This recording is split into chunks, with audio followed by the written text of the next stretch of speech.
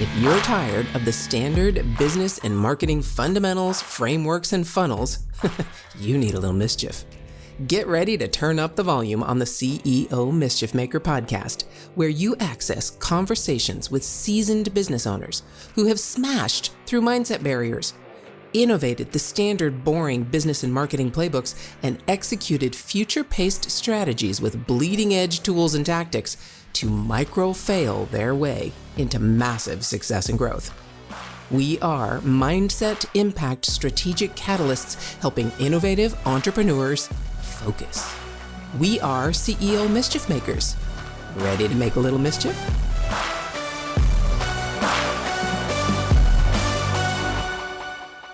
CEO Mischief Makers, welcome to Friday. It's my favorite day of the year, month, week, time, anything. It's my favorite day because we get to get down and say, what do we do? What actions are we going to take? So welcome back to the conversation, my incredible guest, Jessika Phillips. And we get to wrap this up with taking the mindset shifts that you talked about in the first episode and the innovation that not only you do in your business and help your employees do as they provide service for your clients, but that you also help your clients perform for their own businesses so that they can innovate for their customers. It's an incredible process. And if you haven't listened to the previous episodes, I encourage you to do that now, because what we're going to do now is dive deeper into how you do that. So you mentioned you want to care more. Yeah. Tell me more about that and how you actually care more and actually I'm a huge make fan of money acronyms at the same time. Yeah, I know, right? If only we could pay our bills with love.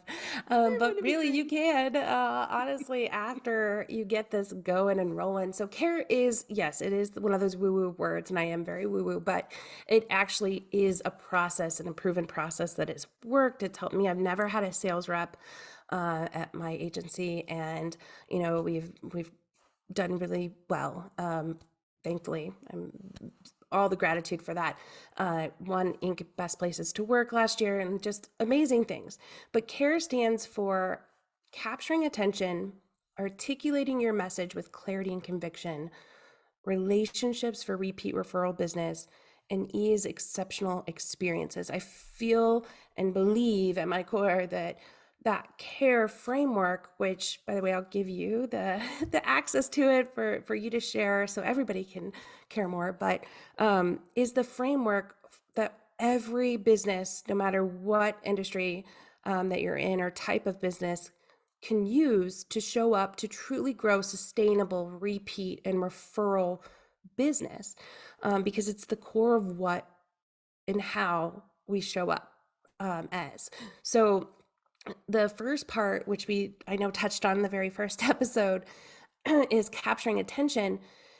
And the capture attention is the part of CARE where it's us taking that moment of pause to think of how and why somebody's going to look at us and recognize us amongst a sea of samesies online, right? Like if we're 90% of all buying decisions start online. I know you know this because you work in the tech and innovation industry yourself, but all of us, if we think about the last purchases that we make and have made, typically it's starting with a Google search or asking a friend. It's starting online. 90% of all buying decisions do now.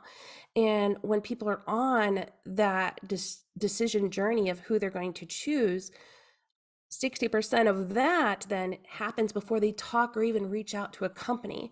So what we're doing as customers today, or we're looking online, trying to solve a problem or reach a goal, we're starting our journey online to compare, and we're deciding amongst who we should pick based upon perceived understanding of how that company is going to treat us, whether that's looking at the reviews that have been left, just looking at their vibe online, right? Or maybe somebody's even referred them to us, or we've heard their name mentioned. So when we're doing this, when we start with the CARE process of capturing attention, we get crystal clear then on why is somebody going to choose you? Who is that person you want to choose you? Who do you want to work with? Who do you not want to work with? And really getting clear on who you are as an organization, as a brand, as the North Star soul of your company. What is it that you're here to do? What are you here to say? That's where we get clear on that manifesto, your personas, avatars, whatever you want to call it. But more importantly, like, what is the win for you, right? Like, why is somebody going to stand out and notice you? Then the A part of CARE is articulating our message with clarity and conviction. That's where we're trying to say, okay, if somebody were to describe what it is that you do and why they should choose you, if you asked 5 different people that, what are you known for? What do you do? What answer would you get? Because if we can get crystal clear on saying, for example, me, Jessika Phillips is, relationship marketing, that's her jam. And that's what she does. She really does care about people. And like my mug says, out care the competition. But if we can get crystal clear on that, so we get unified in what we're saying, and it's not what we do or the product that we sell, but truly what we're here to do and make it succinct, clarity, conviction, like I said, we craft that messaging, and then it's thinking of how we're going to then build it out from here. So that's where the relationships for repeat referral business come in. We think through, how can we connect with our team members to become our biggest evangelists for us? How can we make our clients our biggest advocates, or customers our biggest advocates? And a level deeper than that, our community. So the people that are like-minded, like you and I have just been jamming out. We're so aligned. We got that vibe. You can feel it when you're around those kind of people, to become our collaborators with us, where it's like, I am supporting you because your messaging so gels with mine. And I know you have a trusted built-in community that follows you, loves what you're doing, and really supports you and trusts you. Who are those people? And then we can build it out, because that's where we want to expand. We want to expand with people that get it, right? Our community, our sense of belonging.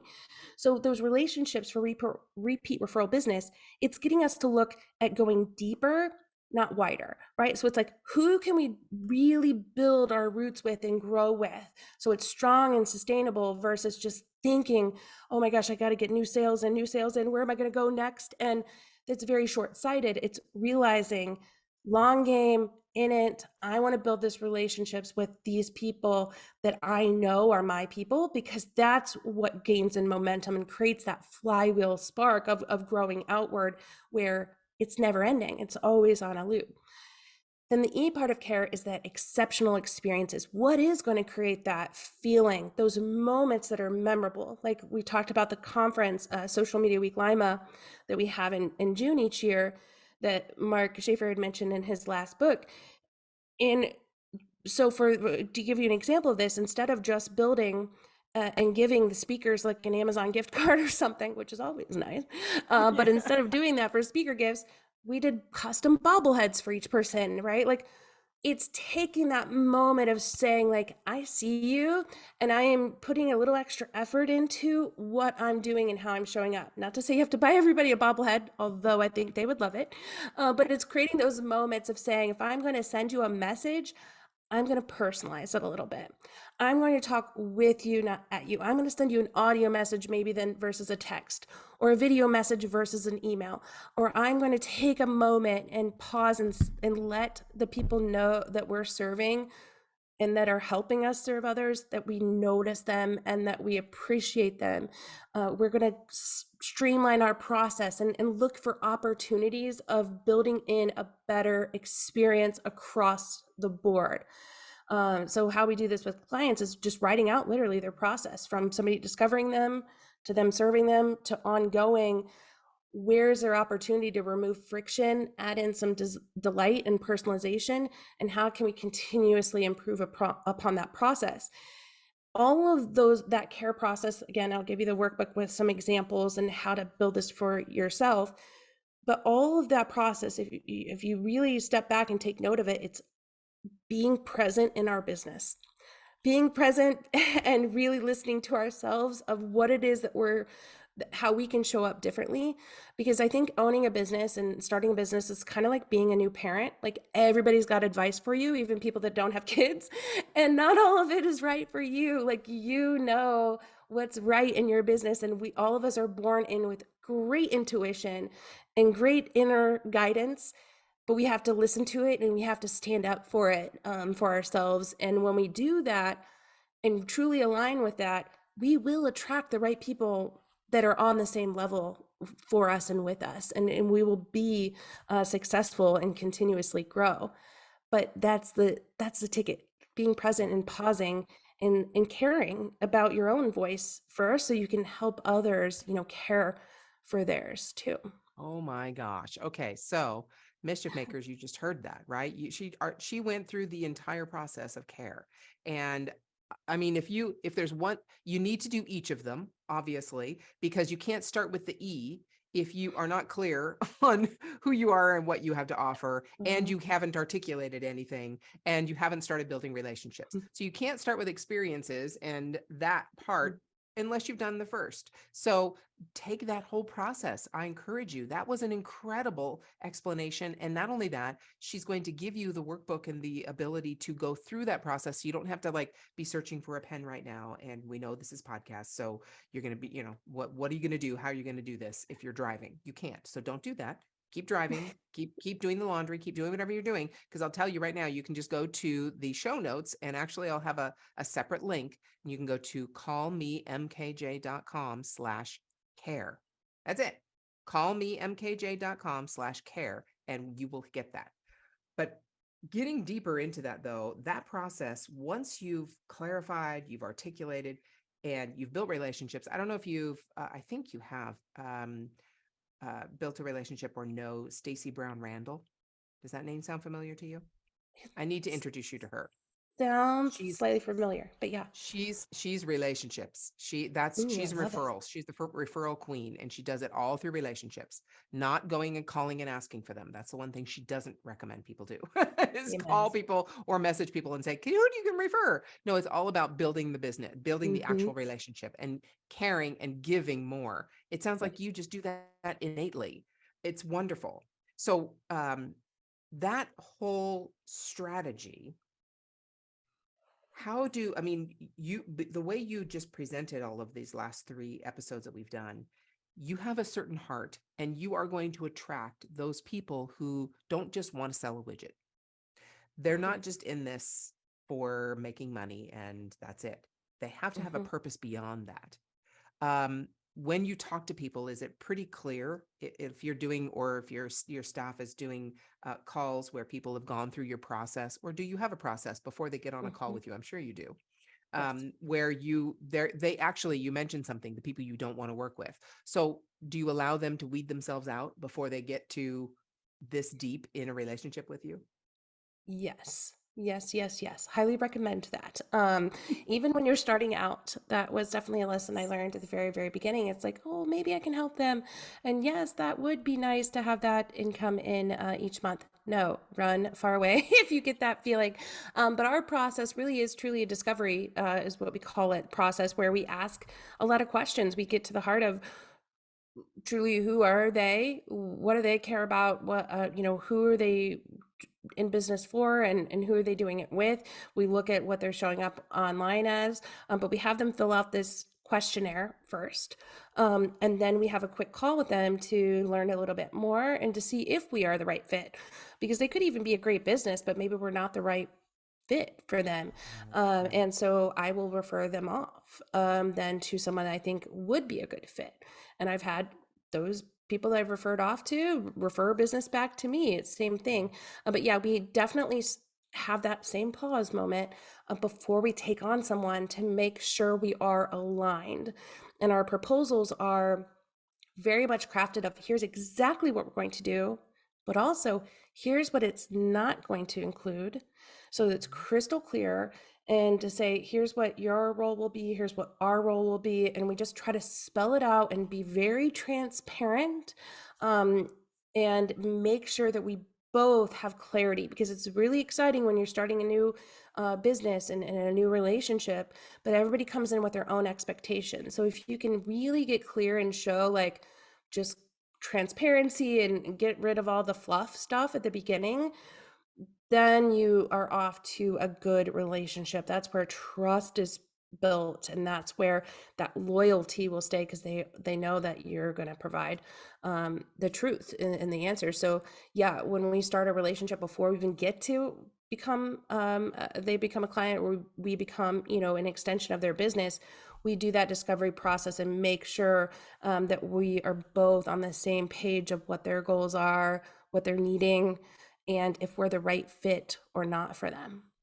I agree 100%. And so everyone listening, that's what Jessica just outlined is part of that whole care process. You have to do that work for yourself and clarity and understanding who it is you can serve, who you want to serve, who aligns with you. Because I agree with you 100%. When you take on a client that is not aligned, it's hell for both you and the client. Hmm. So don't do it. It really, even how tempted you are, I get it. You got to pay your rent, you got to pay your mortgage, you got to pay your car payment, whatever. I get it, but it will bite you in the end. It absolutely will. Uh-huh. So, is there any last piece of advice, especially around this care idea or transparency, that you would like to give those listening to really give them the confidence, or at least the idea that they can be confident in being able to align with their clients rather than just sell a service or a product? Yeah, I honestly recommend that you have non-negotiable time set aside for yourself and your business, and to have those moments of clarity to work on your business and listen to what your intuition is trying to tell you. For me, it's like walking the trails, like I'll set up time there, or doing a daily, like as soon as I wake up, like I have exactly a reminder, like my pillar statements is what I call them, that I read to myself to get into that zone. And just remember that, like, you already have the answers. It's really just continuing to show up for yourself. If we don't feel good, we're going to keep doing really poor work. So if we feel good and we feel aligned, and you really get in the zone and you know exactly what you're here to do and who you're here to do it for, you're going to show up in a big way and start attracting things effortlessly.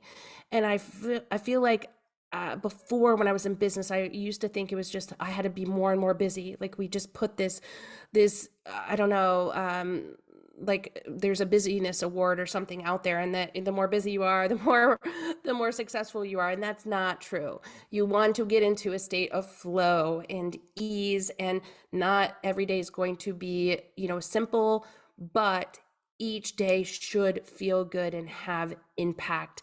And no matter who we're around, if we can just show up and leave each person, I forget the quote, but it's like, if we leave each person better off than when we found them, we are doing our job, and that will always come back to us tenfold.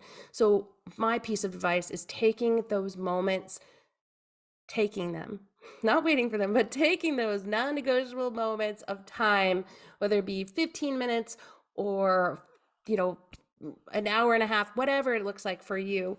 But take those non-negotiable time moments for yourself to listen and to really write out what it is that you want to do, and listen to your intuition and how you can show up better in your business. And I promise you the answers will come to you, because all of us have this built-in intuition that it has to solve the answers, or it has to solve the questions, that we're giving it. So you have the answers within you. And I promise you, if you can get clear and get excited about your business again and getting started in it, you will not regret it. And you will see this flywheel effect of repeat, referral, sustainable growth for the long term. Okay, hold on. If your mindset was shifted, you were inspired to innovate, and you were spurred into action, don't just move on with your day. Focus, my friend, and take a few minutes to visit ceomischiefmaker.com to learn more about the value that was shared with you today. Please act now and create some CEO mischief of your own.